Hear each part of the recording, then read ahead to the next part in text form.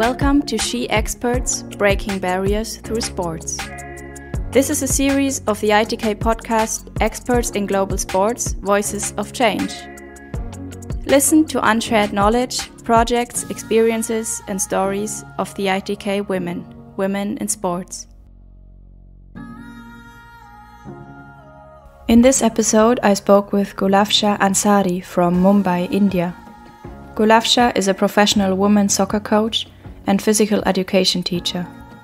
She is also a sports manager and founder of the NGO Dreaming in Slums. With this project, she creates female leaders and role models in her community by different programs like football, nutrition, scholarships, leadership, and also sports photography. We talked about her project, about her motivation and role models, and how she got access to sports as a woman from a Muslim family. Enjoy! As I don't know how much you know about this NGO, but this NGO is there from few years. I think ITK knows well about this organization. So what we do is we teach life skill through football. Through football, we teach life skills to young girls in the community, and we have been doing this for past 5 to 6 years. So technically, if you see, it's a project it was a project when I was 14 years old in 2011. I started as a community project, and then wasn't willing to stop this project, and then later on I thought, why not to make it an organization where many people will come and then support. But then thought ki it will be so difficult to manage it, because my passion is to teach football, but in a foundation you have to do a lot of paperwork. So I'm learning now. And a lot of paperwork, funding, and also I wasn't aware of all this thing, but yeah, I'm enjoying this part. And now I have a team of 8 coaches who are working with me dedicatedly without money. Like, I don't have money to pay them, but they are really have some confidence in the foundation, so that's why they are. And then we also started with the nutrition program. So we collaborated with some organization, or they funded us, so we are able to provide nutrition to girls, like when they're coming to play. So we're able to give them egg and banana and some sweets, so then they will not go empty stomach at home. And we also have scholarship program where we are giving funding, or we are trying to arrange fund for girls who are 18 years old or above 18 years, who want to go to college or who want to do some professional license and who want to study ahead. So we're trying to connect them with other people so that they can fund, and then these girls can be independent. And we also have the leadership project, where every year there's an organization from US, Goal for Girls. They take 10 girls and they teach them how to be a leader in their community. And those 10 girls, they do a community project in the community for the betterment of the community.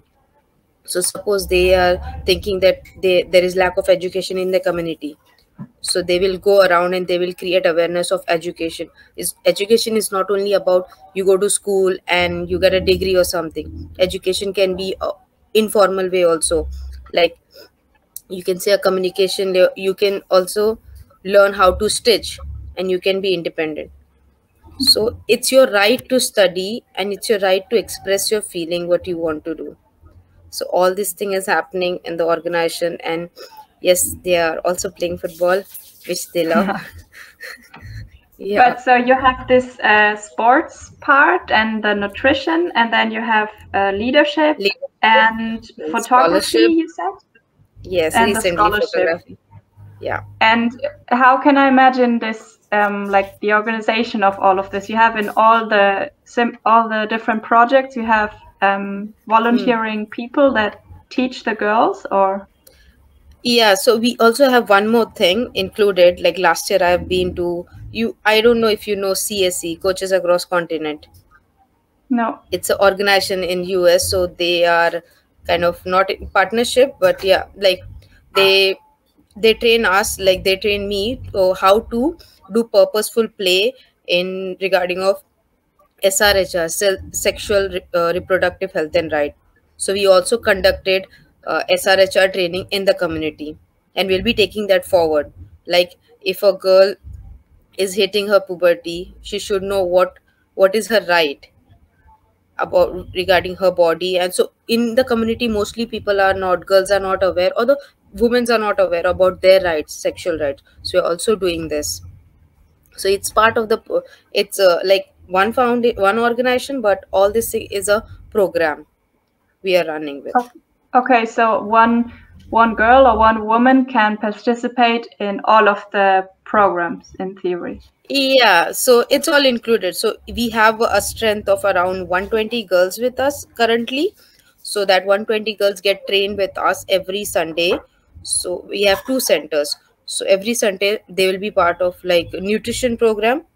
Like we provide them nutrition, and then we also do selection of leadership program. And then some of the girls, if they want scholarship, we help them with that. And sports photography if they're willing to learn. Okay. Yeah. So it's all the same group of women, and they receive the different programs. Yeah, different source to be an independent, whichever way you want to learn or you want Yeah. to choose. So it's all happening in the community where you live, or where is it? Yes, it's in the community where I live. So one is in, I live in Mahim currently. I'm living in Mahim. So one project is happening in Dharavi, and the other project is happening in Wakola. So yeah, where I live in the same community. Okay. And Yeah. who is funding you, or how did it work to receive foundation? So we are still struggling for funds. So we really appreciate if someone would like to fund all this, like fund the organization with any of the program. We'll be happy to do that.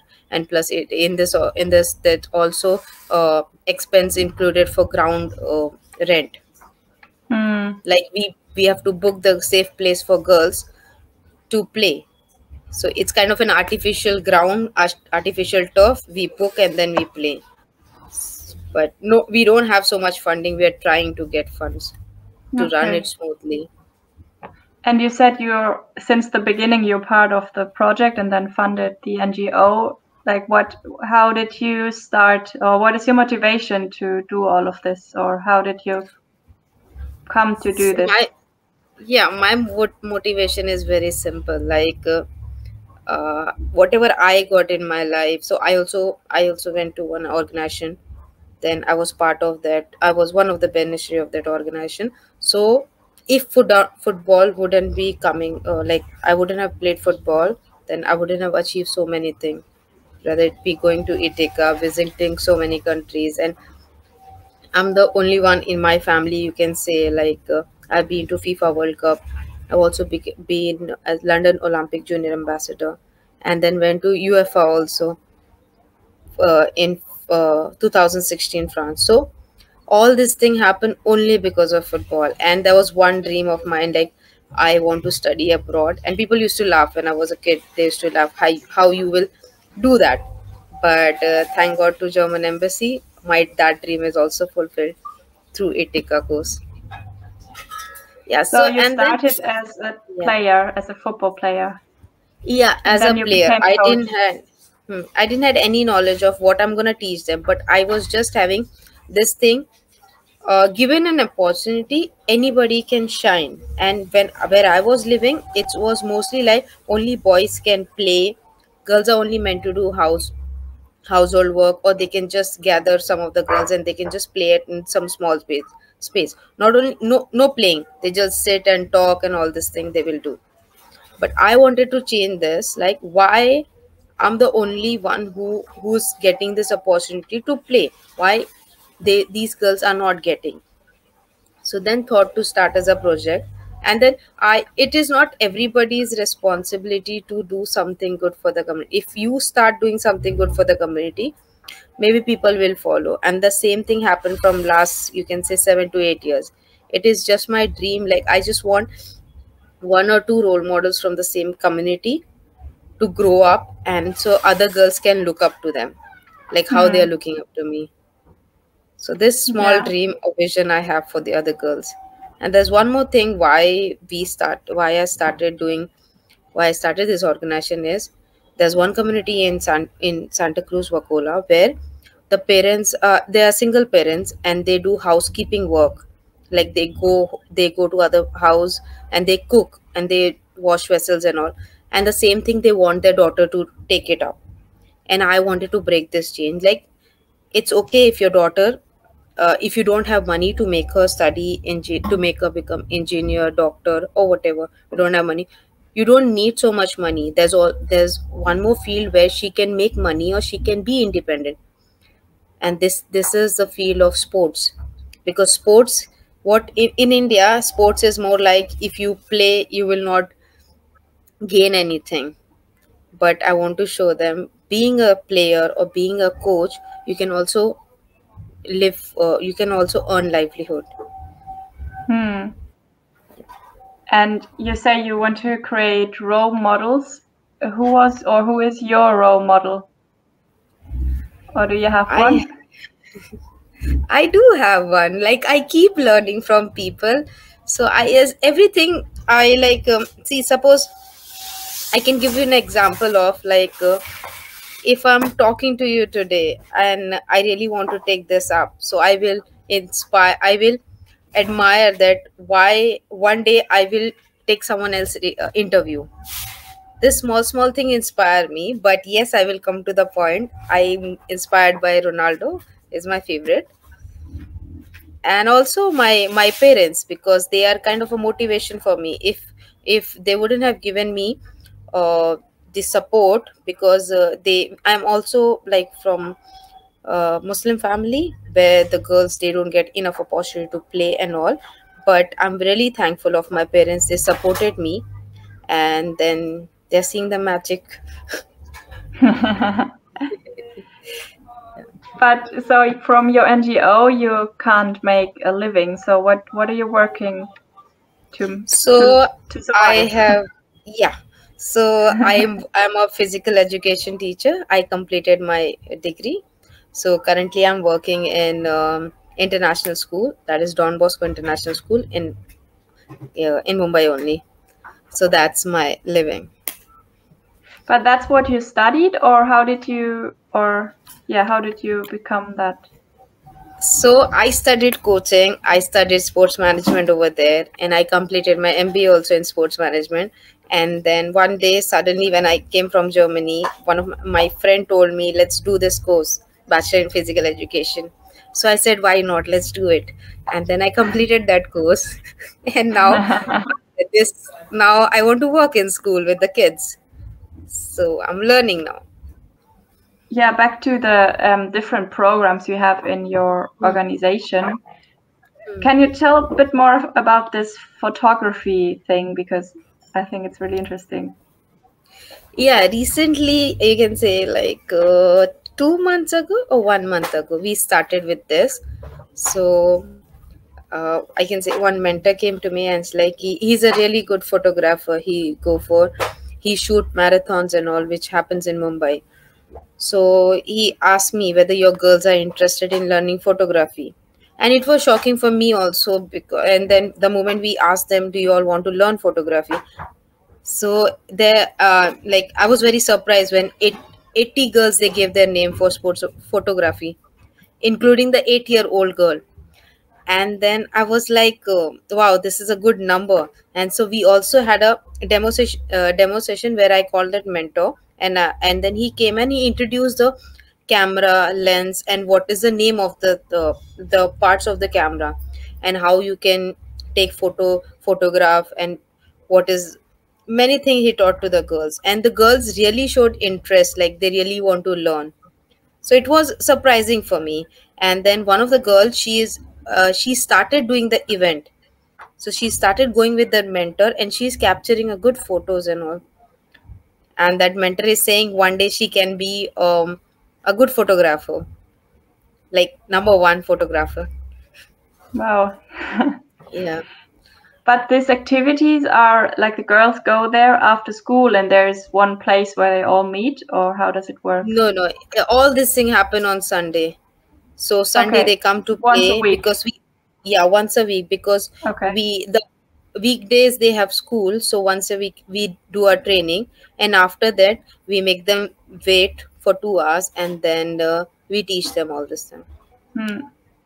And by the And time what's they have this WhatsApp group where they have to keep sending pictures, and the mentors will say, oh, what do you see different in this, or how you can capture a better photo. So there's a interaction happening whole every time on the group. mm-hmm. And Sunday they meet and they interact more, and then physically they hold that camera because the cameras are expensive. So I'm very happy that mentor is giving that opportunity to the girls so they can hold that camera and then click pictures. So Hmm. that is really nice. Wow. And you're coaching in the football part. Yes. So I don't Nice. coach mostly now. I have like there are team of 6 people. So basically there are 2 center managers. So there is one manager in Dharavi, and there's one manager in uh, Santa Cruz, the other center. So the managers, and then below that they have 2 coaches. And my part is to try to get funding for the program to run smoothly, and the center Okay. manager's work is to run the program smoothly. And I read in the description of your project that you want to create leaders and role models in a Hmm. community. Hmm. How do you think you can create these leaders, like make the girls being a leader? So we have an example also, that girl, like there's one girl who started playing football 5 years ago, and then today she like when she said at home that she want to be a sports teacher, but then parents were not knowing, not having an awareness what is sports teacher or coach, whatever. They said no, you have to be a teacher in school so that you can earn, because sports teacher or a PE teacher is not something that every parent know about it. But Hmm. today that girl is doing coaching and is also learning how photography, and also played nationals for states of a national she played. And now she is talking to the parents. She is like, I want to be a sports coach, and the parents are okay with that. And the other girls is trying to look up to her uh, as a role model. And earlier she, in that leadership program, earlier she went as a kid where we were managing her, and today she lead one group of girls and go alone. So in this 5 Wow. years, like, not we can say a brilliant leader, because a leader cannot be brilliant, it's just improvisation every time. So but yes, you can say like little 25% work we have done to make her a leader. Hmm. Yeah, she gained the confidence through the activities that you Yes. did with her. Yeah. As the question that I always ask is there something that you would tell your younger self or any girl in sports now that you would recommend? I like, see, I don't want to give any advice or what, but then I just want to say, give a message to every girl out in this world is like, keep dreaming, no matter how big or small is your dream. If you work towards it, you can definitely fulfill it. And there is no dream which cannot be possible. Every dream can be possible. Trust me.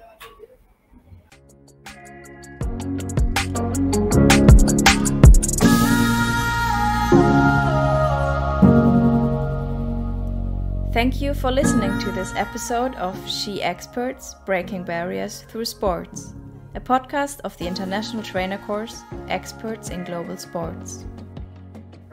If you feel addressed by what has been said, if you might have similar projects or ideas or experiences, if you have any resources to support the woman I spoke to, any ideas, funds, knowledge, or skills, or if you just liked listening to this podcast, get in touch with ITK Women on Instagram and Facebook and be part of the community. You, me, us. must protect women's rights and bodies. Together, we break all barriers through sports. It starts with us and with you.